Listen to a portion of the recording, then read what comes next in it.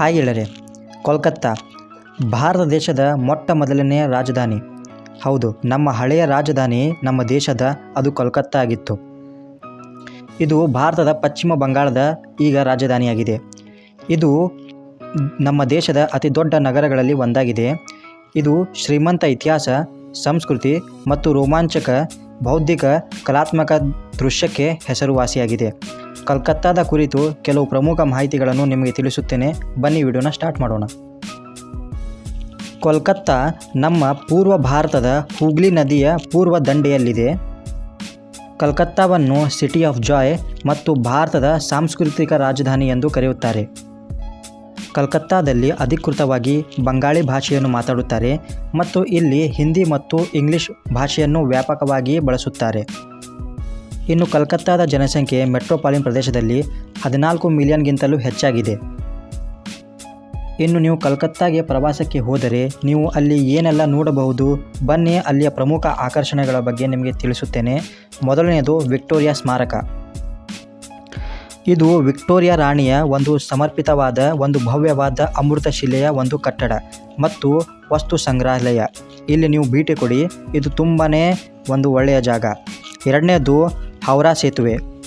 ಇದು ಹೌರಾ ಸೇತುವೆ ಹೂಗ್ಲಿ ನದಿಯ ಮೇಲೆ ಒಂದು ಸಾಂಪ್ರದಾಯಿಕ ಕ್ಯಾಂಟಿಲಿವರ್ ಒಂದು ಸೇತುವೆ. ಇದು ಒಂದು ಕೋಲ್ಕತ್ತಾದ ಒಂದು ಮುಖ್ಯ ದ್ವಾರವಾಗಿದೆ. ಮೂರನೇದು ದಕ್ಷಿಣೇಶ್ವರಿ ಕಾಳಿ ದೇವಸ್ಥಾನ.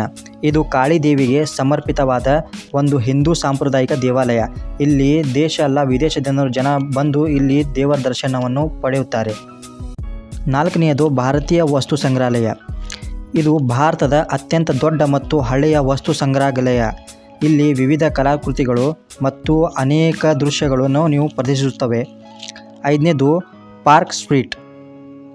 ಪಾರ್ಕ್ ಸ್ಟ್ರೀಟ್ನಲ್ಲಿ ಭೋಜನ, ಶಾಪಿಂಗ್ ಮತ್ತು ರಾತ್ರಿ ಜೀವನಕ್ಕೆ ಇದು ಗದ್ದಲದ ಒಂದು ಕೇಂದ್ರ. ಇಲ್ಲಿ ನೀವು ನೈಟ್ ನಿಮಗೆ ತುಂಬಾ ಇಷ್ಟ ಆದರೆ ಇಲ್ಲಿ ನಿಮಗೆ ತುಂಬಾ ಎಂಜಾಯ್ ಬರುತ್ತದೆ. KKR ಈ ಹೆಸರು ಗೊತ್ತಿದೆಯಲ್ಲ, ಇದು IPL ಒಂದು ಫ್ರೆಂಚೈಸಿ. ಇಲ್ಲಿಯ ಗ್ರೌಂಡು ಈಡನ್ ಗಾರ್ಡನು. ಇದು ವಿಶ್ವದ ಅತ್ಯಂತ ಹಳೆಯ ಮತ್ತು ದೊಡ್ಡ ಕ್ರಿಕೆಟ್ ಸ್ಟೇಡಿಯಂಗಳಲ್ಲಿ ಒಂದಾಗಿದೆ. ಇಲ್ಲಿ ನೀವು IPL ನಡೆಯುವಾಗ ಹೋದರೆ ನಿಮಗೆ ತುಂಬಾ ಸಖತ್ತಾಗಿ ನೀವು ಎಂಜಾಯ್ ಮಾಡ್ತೀರಾ. ಇಲ್ಲಿ ಕೋಲ್ಕತ್ತಾ ನಗರದ ಸಂಸ್ಕೃತಿ ನೋಡಿದರೆ ಇಲ್ಲಿ ದುರ್ಗಾ ಪೂಜೆಯನ್ನು ಅತ್ಯಂತ ಭವ್ಯವಾಗಿ ಆಚರಣೆ ಮಾಡುತ್ತಾರೆ. ಇಲ್ಲಿಯ ಸಾಹಿತ್ಯ ಮತ್ತು ಕಲೆಗಳು ತುಂಬಾ ಇಂಪಾರ್ಟೆಂಟು.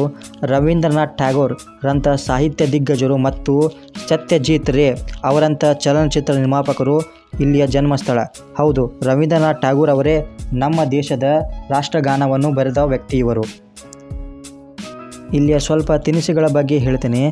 ಇಲ್ಲಿ ಬೆಂಗಾಲಿ ಸಿಹಿ ತಿಂಡಿಗಳು ಇಡೀ ಜಗತ್ತಿನಲ್ಲಿ ತುಂಬಾ ಫೇಮಸ್ ಆಗಿದೆ. ಉದಾಹರಣೆಗೆ ರಸಗುಲ್ಲ ಮತ್ತು ಸಂದೇಶ ಮತ್ತು ಮೀನಿನ ಕರಿ ಮತ್ತು ಬೀದಿ ಆಹಾರಗಳಿಗೆ ಇದು ಪುಚ್ಕಾ, ಪಾನಿಪುರಿ ಇವೆಲ್ಲ ತುಂಬಾ ಇಲ್ಲಿ ತಿನ್ನುವ ಒಂದು ಫುಡ್ಗಳು. ನೀವು ಕೋಲ್ಕತ್ತಾಗೆ ಹೋದರೆ ಇಲ್ಲಿ ರಸಗುಲ್ಲ, ಸಂದೇಶ ಮತ್ತು ಮೀನಿನ ಕರಿ ಹಾಗೂ ಫಾಸ್ಟ್ ಫುಡ್ಗೆ ಇದು ತುಂಬಾ ಒಂದು ರುಚಿಕರವಾದ ಜಾಗಗಳು ಇಲ್ಲಿವೆ. ಇನ್ನು ಕೋಲ್ಕತ್ತಾ ನಗರದ ಆರ್ಥಿಕತೆ ಬಗ್ಗೆ ಸ್ವಲ್ಪ ಹೇಳ್ತೇನೆ. ಕೋಲ್ಕತ್ತಾ ನಗರವು IT ಚಳುವಳಿ ಮತ್ತು ಸೆಣಬಿನ ಕೈಗಾರಿಕೆಗಳೊಂದಿಗೆ ಪೂರ್ವ ಭಾರತದಲ್ಲಿ ಪ್ರಮುಖ ವಾಣಿಜ್ಯ ಕೇಂದ್ರವಾಗಿದೆ. ಇಲ್ಲಿ ಹಲವಾರು ಬಹುರಾಷ್ಟ್ರೀಯ ಕಂಪನಿಗಳು ಮತ್ತು ಶಿಕ್ಷಣ ಸಂಸ್ಥೆಗಳು ನೆಲೆಯಾಗಿದ್ದಾವೆ. ಇನ್ನು ಕೋಲ್ಕತ್ತಾ ನಗರದ ಕನೆಕ್ಟಿವಿಟಿ ನೋಡಿದರೆ ಮೊದಲನೇದು ಇಲ್ಲಿಯ ವಾಯು ಕನೆಕ್ಟಿವಿಟಿ ಹೇಗಿದೆ ಅಂದರೆ ಇಲ್ಲಿ ಸುಭಾಷ್ ಚಂದ್ರ ಬೋಸ್ ಅಂತಾರಾಷ್ಟ್ರೀಯ ವಿಮಾನ ನಿಲ್ದಾಣ ಇದೆ ಮತ್ತು ರೈಲ್ವೆ ಕನೆಕ್ಟಿವಿಟಿನೂ ತುಂಬಾ ಸಖತ್ತಾಗಿದೆ. ಇಲ್ಲಿ ಹೌರಾ ಮತ್ತು ಸಿಲ್ವಾಲ್ ನಿಲ್ದಾಣಗಳು ಮುಖ್ಯ ರೈಲ್ವೆಯ ಕೇಂದ್ರಗಳಾಗಿವೆ. ಮತ್ತು ಮೆಟ್ರೋ ಕನೆಕ್ಟಿವಿಟಿ. ಭಾರತದ ಮೊದಲನೇ ಮೆಟ್ರೋ ವ್ಯವಸ್ಥೆಯು 1984ರಲ್ಲಿ ಕೋಲ್ಕತ್ತಾನಲ್ಲೇ ಪ್ರಾರಂಭವಾಗಿತ್ತು. ಟ್ರಾಮ್ಗಳು ಮತ್ತು ಟ್ರಾಮ್ ವ್ಯವಸ್ಥೆಗಳಿಗೆ ಹೊಂದಿರುವ ಇದು ಭಾರತದ ಏಕೈಕ ನಗರವಾಗಿದೆ. ಇಷ್ಟೆಲ್ಲ ಕೋಲ್ಕತ್ತಾದ ಬಗ್ಗೆ ಒಂದು ಸ್ಮಾಲ್ ಇನ್ಫಾರ್ಮೇಷನ್ ನಿಮಗೆ ಕೊಟ್ಟಿದ್ದೀನಿ. ಇನ್ನು ಸಂಪೂರ್ಣ ಮಾಹಿತಿ ಅಂದರೆ ಪಶ್ಚಿಮ ಬಂಗಾಳ ಇದು ಪೂರ್ತಿ ಒಂದು ಸ್ಟೇಟ್ನ ಇನ್ಫಾರ್ಮೇಷನ್ ನಿಮಗೆ ಬೇಕಂದರೆ ಅದನ್ನು ಕಮೆಂಟ್ನಲ್ಲಿ ಬರೀರಿ, ಅದರ ಮೇಲೆ ಒಂದು ಸಂಪೂರ್ಣ ವಿಡಿಯೋ ಮಾಡ್ತೀನಿ. ಸೊ ಈ ವಿಡಿಯೋ ನಿಮಗೆ ಇಷ್ಟ ಆದರೆ ಪ್ಲೀಸ್ ನನ್ನ ಚಾನಲನ್ನು ಸಬ್ಸ್ಕ್ರೈಬ್ ಮಾಡಿ ಮತ್ತು ಲೈಕ್ ಮಾಡಿ. ನಿಮ್ಮ ಸ್ನೇಹಿತರಿಗೆ ಇದನ್ನು ಶೇರ್ ಮಾಡಿ, ಅವರು ಕೋಲ್ಕತ್ತಾ ನಗರದ ಬಗ್ಗೆ ಸ್ವಲ್ಪ ಏನಾದರೂ ತಿಳಿದುಕೊಳ್ಳಿ. So thank you for watching this video. Good by.